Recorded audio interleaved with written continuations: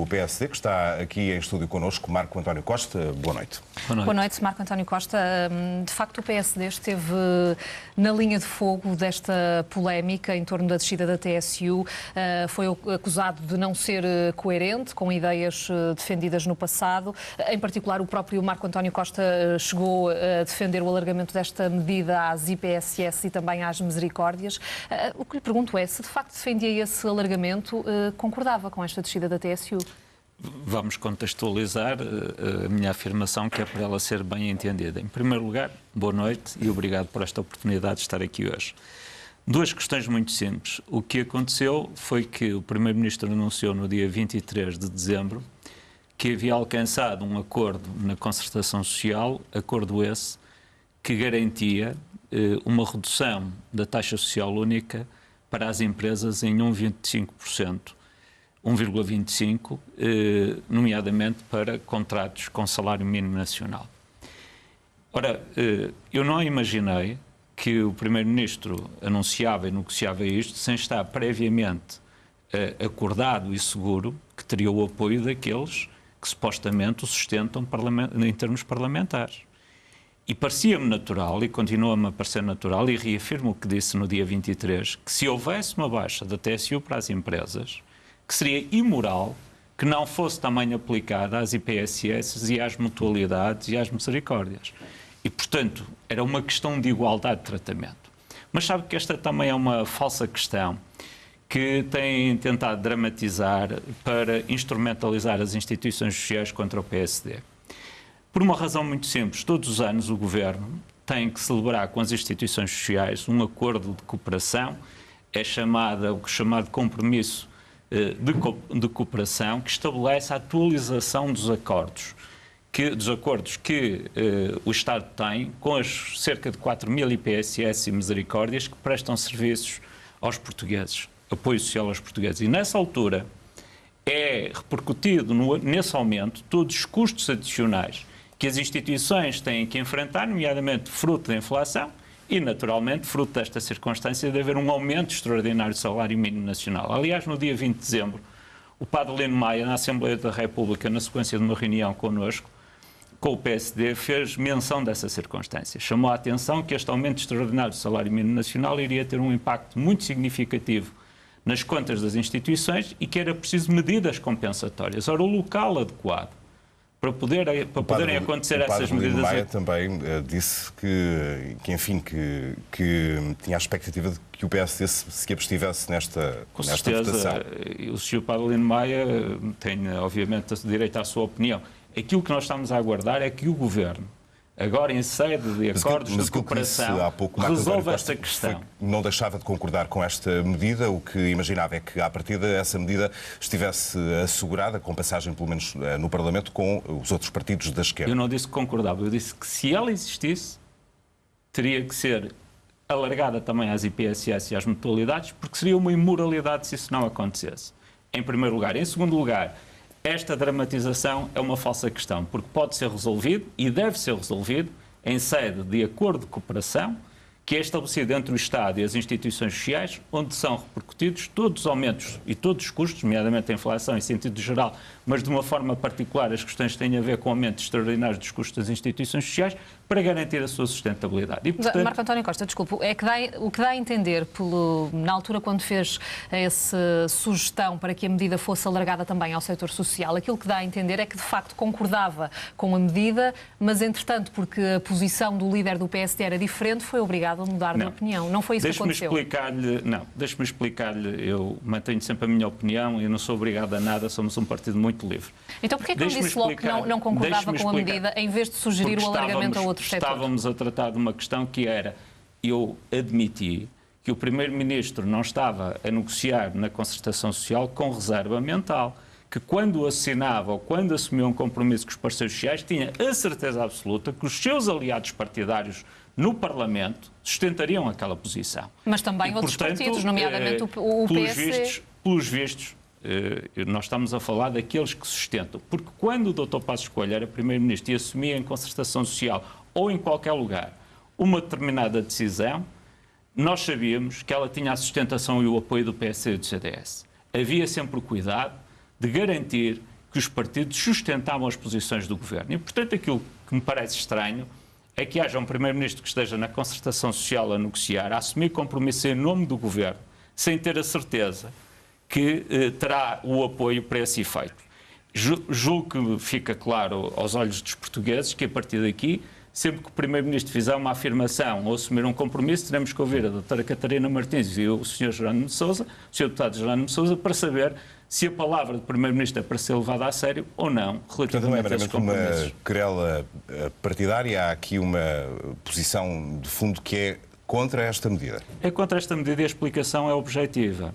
Repare que em fevereiro de 2015 existiam 228 mil trabalhadores que beneficiaram, contratos que beneficiaram desta isenção da TSU no acordo que foi celebrado em 2014 ainda pelo governo PSD. Era uma medida transitória e excepcional. Ao fim de 4 anos de congelamento do salário mínimo nacional decorrente da intervenção do FMI, da Comissão Europeia e do Banco Central Europeu em Portugal e do resgate a que estivemos obrigados, houve uma situação de atualização do salário mínimo nacional para 505 euros e, na altura, porque ainda estávamos numa situação muito débil da nossa economia e de crescimento do emprego, foi tomada a decisão excepcional, extraordinária e temporariamente de reduzir a taxa social única em 0,75%.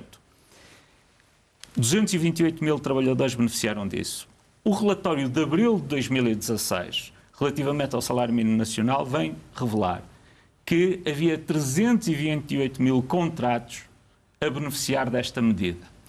Em junho de 2016, o relatório de setembro, relativamente à situação do salário mínimo e de quem é que beneficiava desta medida de isenção, portanto, já relativamente à aprovação que foi feita pelo Governo do Partido Socialista no início de 2016 de uma medida similar, a atualização do salário mínimo e uma redução também de 0,75 da TSU, eram 358 mil contratos. Isto é, em cerca de 1 ano e 4 meses, tivemos mais 130 mil contratos a beneficiar. O que é que está a acontecer com esta medida? Estamos a dizer às entidades patronais uma coisa muito simples. Contratem com salário mínimo nacional. Se ela for banalizada e se transformar, em vez de excepcional, numa permanência... Mas aqui seria só para contratos já em vigor e não para novos contratos. Estou-lhe a dizer os números de quem beneficia. Não estou a falar do número de contratos. O número de contratos é muito superior. Eu estou a dizer o número dos que beneficiam. Passou de 228 mil para 358 mil. São os últimos números que se conhecem. E, portanto, o que estava aqui a acontecer era uma viciação do mercado de trabalho, por um lado, e, por outro lado, estava a acontecer algo que nós consideramos que é grave, que é uma política de baixos salários. Marco António Costa, e se de facto a medida tem esses efeitos negativos de que nos dá conta, se o PSD estava contra a medida, porquê é que não foi o PSD a pedir a apreciação parlamentar?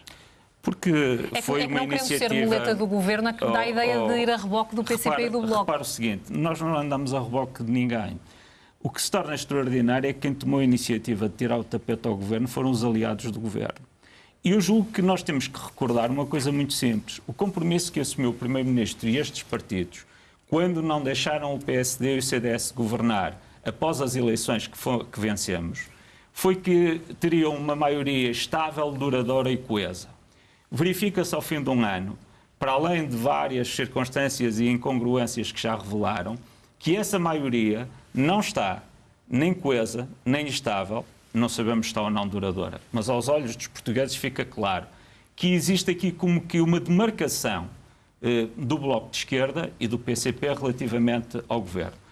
E, enfim, será um jogo tático que estão a fazer dentro da maioria que governa o país, mas o PSD é a oposição. Mas Marco António Costa, não chegámos a ouvir no início de janeiro o vice-presidente da bancada do PSD, Adão Silva, precisamente a defender esta medida. O que é que mudou, entretanto, de lá para cá? Ele não defendeu a medida. Ele disse que, face à circunstância que estava a ser colocada por um jornalista, que ia ser avaliada... factos históricos, sinais de coerência que apontam que a posição social-democrata permitirá ao governo manter a descida da TSU. A questão que se colocava aí, nessa circunstância e nessa declaração do Dr. Adão e Silva, é muito simples. Nós não temos como princípio, não somos contra essa medida a título excepcional. O que estava a acontecer é que é o 3º ano consecutivo que ela está a acontecer, que ela está a ocorrer. E essa ocorrência permanente 2015, 2016 e agora para 2017, vamos ter o mesmo problema em 2018 e o mesmo problema em 2019, porque os aumentos que foram fixados no âmbito do programa de governo para o salário mínimo nacional tinham por base um crescimento económico que não se está a verificar. Voltamos à mesma questão, Marco António Costa. Porquê é que não foi o PSD pedir a apreciação parlamentar da medida? Não foi necessário, foi uma iniciativa que se antecipou o Bloco de Esquerda e o PCP, portanto nós cá estamos para tomar as nossas responsabilidades e hoje, como ficou provado, assumimos. Isto foi ou terá sido, acima de tudo, o líder do PSD a aproveitar para mostrar que ainda está vivo? É uma mensagem interna dentro do partido? Não, de forma nenhuma. Repare que há aqui questões que se revelam bastante interessantes. Ainda recentemente ouvimos declarações que esta medida de reduzir a TSU era importante para o investimento. Relevante para o investimento foi o acordo que foi obtido em 2013 entre o Partido Socialista, o PSD e o CDS para uma redução gradual do IRC. Isso sim teve um impacto muito importante no crescimento do investimento. Em 2015 tivemos um crescimento de 4,7% e em 2016, depois de ser revogada a redução do IRC para as empresas, que era um fator que incentivava o emprego e o crescimento e o investimento, aquilo que nós temos é menos 0,7% de investimento. Isto é, mas o último grande acordo... Eu vou-lhe responder. É uma fase na oposição do PSD. É uma fase que corresponde a um tempo que nós queremos deixar claro que o PSD não será muleta das falhas de solidariedade dentro da geringonça. Portanto, é para assumir que será assim em todas as circunstâncias em que não há alinhamento à esquerda. Será sempre assim. O PSD foi arredado de governar o país porque havia um programa alternativo. Não podem querer agora que seja o PSD a apoiar esse programa alternativo que não é o nosso. Mas deixe-me só terminar. O último grande acordo de regime que existiu em Portugal foi celebrado com o Dr. António José Seguro, com o Dr. Pedro Passos Coelho e com o Dr. Paulo Portas relativamente ao IRC. Este governo rasgou esse acordo e agora vem apelar a que haja entendimentos, que o PSD seja, quando falha, os seus parceiros, os seus aliados políticos no Parlamento, que o PSD tem uma obrigação de substituir os seus aliados políticos e sustentar um governo que tenha um programa que é contra a nossa estratégia, o nosso pensamento para o país. Qual será a próxima confrontação deste género? As PPPs nos hospitais? Não sei. Eu julgo que é claro que o Primeiro-Ministro e o Governo estão à procura de uma provocação ao Bloco de Esquerda e ao PCP, porque, repare, esta iniciativa da TSU ficou claro que sabiam que havia oposição do Bloco de Esquerda e do PCP. E mesmo assim insistiram. Houve a cena da assinatura do acordo de concertação social com o carro a recolher as assinaturas quando sabia que os aliados, quando o Sr. Primeiro-Ministro sabia que os seus aliados estavam contra a iniciativa. O Sr. Ministro da Saúde veio dizer, depois de declarações de dirigentes do Bloco de Esquerda relativamente às PPPs da saúde, que ia avançar com as PPPs da saúde. Depois reafirmou que não só queria continuar com as PPPs da saúde, como entendia que o ensino da medicina devia ser também ministrado pelo setor privado. E, portanto, há declarações de outros ministros que indiciam que há uma tentativa de provocação dos parceiros da coligação. Eu espero que não seja essa estratégia, no pressuposto que o PSD será a muleta do governo quando, por circunstâncias, enfim, ideológicas, houver desentendimentos dentro da maioria. Sendo que o Secretário de Estado dos Assuntos Parlamentares, o Dr. Pedro Nuno Santos, ainda recentemente afirmou numa entrevista que não necessitaria do nosso apoio para nada. O Sr. Primeiro-Ministro, em 2015, também a propósito de uma chamada de atenção que nós fizemos de que era muito perigoso o acordo que ele estava a celebrar para oferecer aos portugueses esta solução de governo, poderia chegar um momento que era incompatível a coexistência política desta coligação de esquerda, porque tem muitas contradições, que depois não viesse pedir a mão ao PSD. E ele disse-o claramente, nós não precisamos de PSD para nada. Só mesmo muito rapidamente para terminar, sobre este plano B que terá sido proposto pelo Governo aos patrões, mexidas no pagamento especial por conta, Essa medida terá o aval do PSD, se eventualmente for ao Parlamento? Sabe que nós só nos pronunciaremos sobre essa medida depois de ouvirmos a doutora Catarina Martins e o Sr. Deputado Jerónimo de Sousa, porque até lá não temos a certeza que ela tenha sustentabilidade ou que venha a ser chumbada mas gostaria que o Governo negociasse esta medida também com o PSD? O Governo já disse que não quer falar connosco. E o Governo tem manifestamente demonstrado uma completa desplicência no diálogo político com os outros partidos. E, portanto, é autossuficiente. Aparentemente, até hoje contava com os seus parceiros de coligação.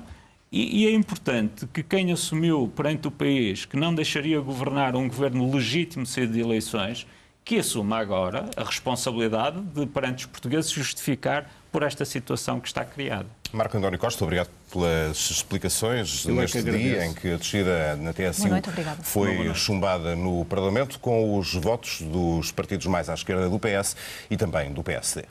Vamos para outras reações. Maria Luísa Albuquerque diz que o acordo